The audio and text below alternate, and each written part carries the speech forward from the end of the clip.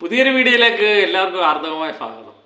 ഇപ്പം ദൃശ്യം ഇറങ്ങുന്നിടം വരെ ദൃശ്യമേ ഉള്ളൂ ഇനി, കേട്ടല്ലോ.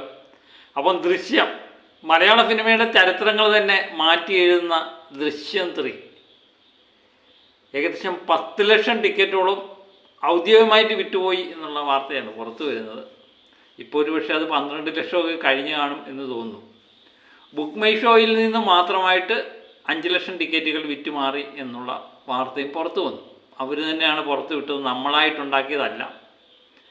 ഏതായാലും ഇപ്പം നമ്മൾ ബുക്ക് മൈ ഷോ പരിശോധിച്ച് കഴിയുമ്പം 15,000 ടിക്കറ്റാണ് വിറ്റിട്ട്. 15,500ഓളം ടിക്കറ്റ് മണിക്കൂറിൽ വിറ്റുമാറുന്ന ഒരു മലയാള ചിത്രമായിട്ട് ദൃശ്യം 3 മാറുന്നു എന്നുള്ളതാണ്.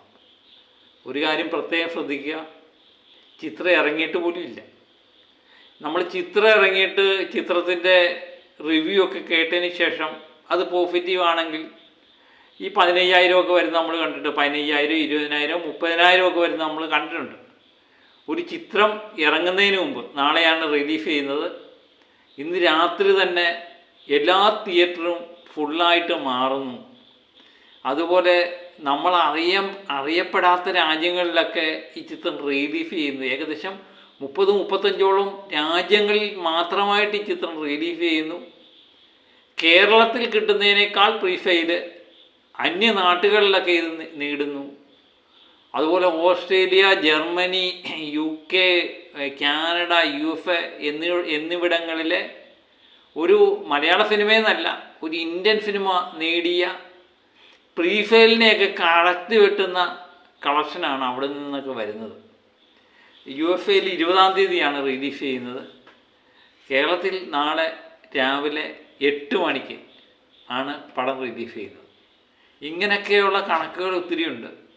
അതുപോലെ കർണാടകത്തിലെ കളക്ഷൻ നമ്മൾ പറഞ്ഞു കഴിഞ്ഞു.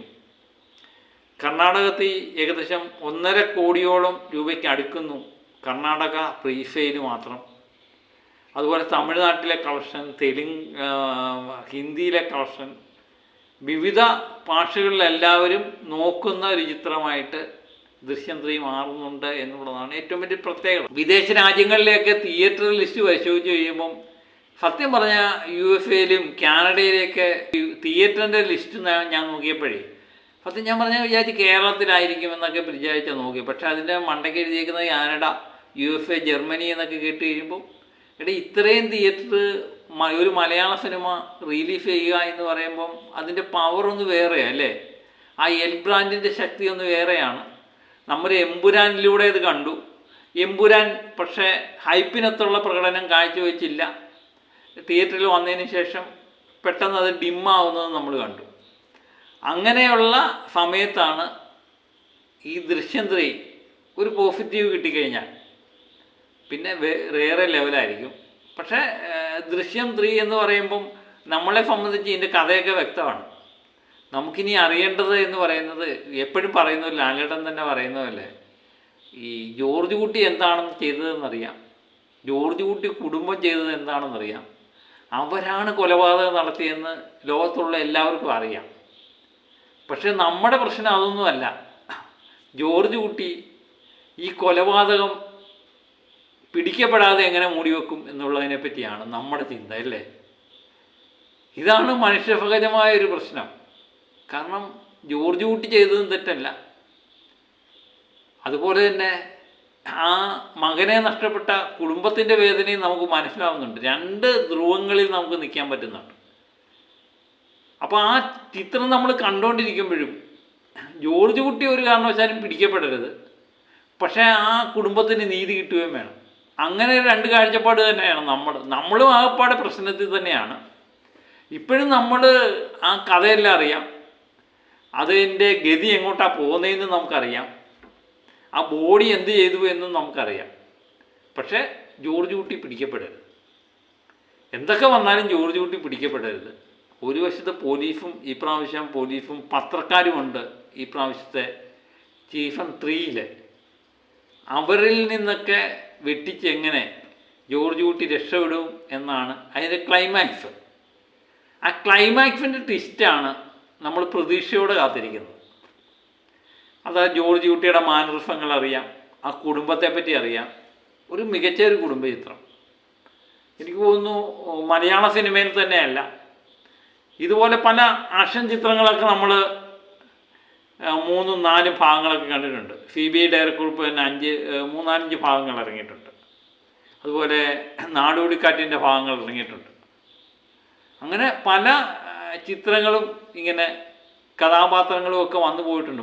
പക്ഷേ ഒരു കുടുംബ ചിത്രം ഇങ്ങനെ 2-3 പാർട്ടായിട്ട് വരിക, അത് തിയേറ്റർ ചലനം സൃഷ്ടിക്കുക, അതും വെറും എനിക്ക് തോന്നുന്നു 30 കോടി ഉണ്ടെങ്കിൽ 30 കോടി തന്നെ വേണമെന്നില്ല എന്ന് തോന്നുന്നു. അതിൽ ഭൂരിപക്ഷവും ലാലേട്ടൻ്റെ പ്രതിഫലമാവാം. 10-25-30 കോടി ബഡ്ജറ്റുള്ളൊരു ചിത്രം ഇങ്ങനെ ജനശ്രദ്ധ ആകർഷിക്കുന്നു. ആദ്യ ദിനം തന്നെ ഏകദേശം 50 കോടിക്ക് മുകളിലേക്ക് കളക്ഷൻ നേടുന്നു എന്നൊക്കെ പറയുമ്പോൾ വല്ലാത്തൊരു വൈബ് തന്നെ അല്ലേ. ഞാനതാണ് പറഞ്ഞത്, ഞാൻ കഴിഞ്ഞ വീഡിയോയിലും പറഞ്ഞു, നാളെയാണ് ചിത്രം ഇറങ്ങാൻ പോകുന്നത്.